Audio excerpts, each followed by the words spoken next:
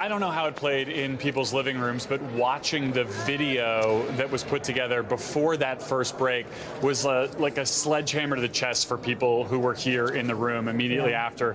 You had lawmakers coming out in tears. You had police officers who were serving on that day coming out in tears. It was really hard to watch, and so was the testimony of Officer Edwards, who I know a little bit, who I've interviewed in the past, and I've had a chance to talk about it a little bit with Officer Harry Dunn, who our viewers I think mostly know, who was both here that day and who testified in the very first of these hearings. And I learned something new. I learned that you trained Officer Edwards when she was coming up as a Capitol Police officer, and I just wonder what was going through your head as you were watching her do something that you know better than anybody else is incredibly difficult to do.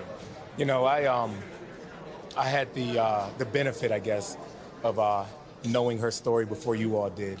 So when I heard her talking, I wasn't really surprised. I was just proud.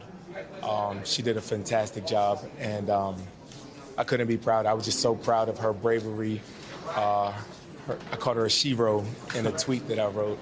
And I'm just so proud of her. Like a big brother kind of thing, and I couldn't be prouder of her. I was watching all the officers sitting behind her and the widows of the officers who obviously can't be here for this. And I was thinking about you guys, this fraternity of people who didn't have that much else in common before that. Talk to me about what that group is like and what it is like for you all now trying to support each other through this. You know, just having somebody there that knows what you've been through, what you feel, that consoles you, it's very comforting.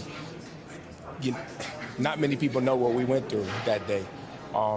Even other police officers, some people, everybody had a different story to tell that day. But these individuals that I've bonded with over these last few months, I couldn't ask for a better group of support, and it's needed because I joked with Sergeant Gonell when Chairman Thompson said that he's going to play the footage. I looked at him, I said, all right, no crying. Right.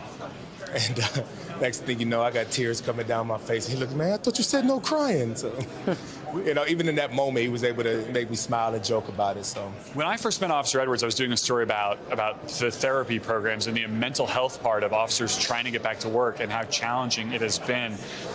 What's the state of how, I don't want to ask you to speak for everybody, but the challenge for the department of getting people back to work and getting people feeling like this is a unit that works together. These are folks who can go back to doing their jobs and who maybe don't have to think about that day every day for the rest of your careers. You know, a lot of people deal with trauma out of sight, out of mind. I don't. I like to confront it head on. But going through these hearings and these testimonies, you can't put it out of sight, out of mind, because it's front and center. Even if you're not trying to watch it, people are talking about it, and it just brings up tough memories for a lot of people who don't talk about it. Right. So it's difficult, but it's necessary to heal. So. Thank you for talking about it, and thank you for talking about it with me. You told me you're going to be here for all the rest of these hearings, so we will talk again, I imagine.